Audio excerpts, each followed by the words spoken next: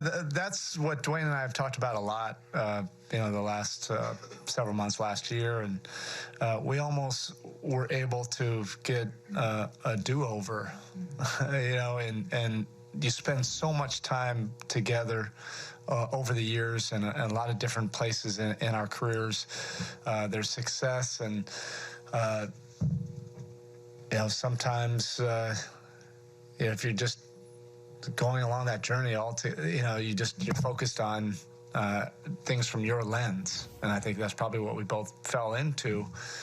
And then when he left, it just gave us a totally different perspective. And when the opportunity arose for him to come back, it was like a reignition of our relationship. It was so special, from my standpoint, because it was like going all the way back to the beginning with a totally different maturity level to be able to enjoy it.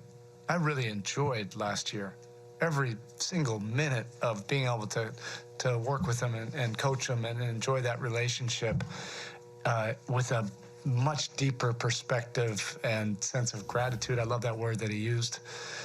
Than I could have had, 12 years ago. I just was not emotionally mature enough, to be able to get to that kind of space. But I'm just incredibly grateful, for those last, that last year and a half. And it's something I'm going to take away with me for the rest of my career. Of course, I'm going to be able to tell my sons as they get older, I coached Dwyane Wade. That's going to be pretty special. Hey, Spo, congratulations on a big weekend, obviously, with Wade.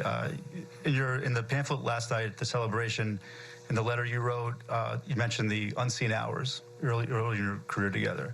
What stands out from those unseen hours in the gym? Just really you two alone. What stands out from those? Yeah, he said it really well because I was quiet at that time. He was a quiet young player.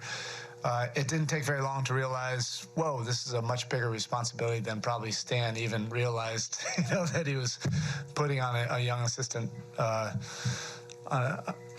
be able to do the player development. But at the end of the day, what it came down to is I was just shagging balls for him.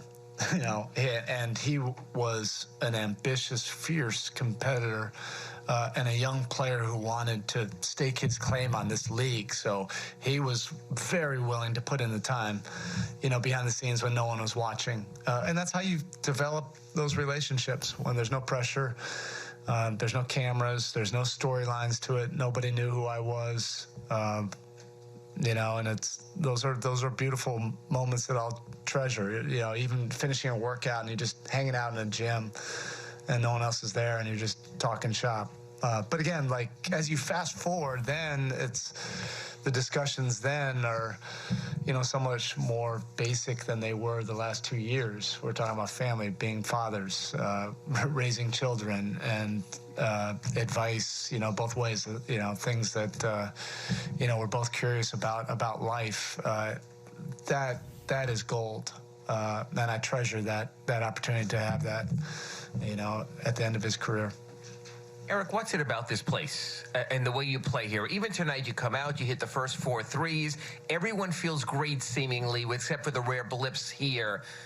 What's so different that you do this here and not as much not here? Well, we'll figure it out. We're going to keep on working at it until that changes, or until the time runs out. That's the one thing I'll give this group credit for, is they're not afraid to own it and work on it. We're all, frustrated about some of our road games, but again, I mentioned it before, we're not as far on the road as it seems. We just haven't been able to finish.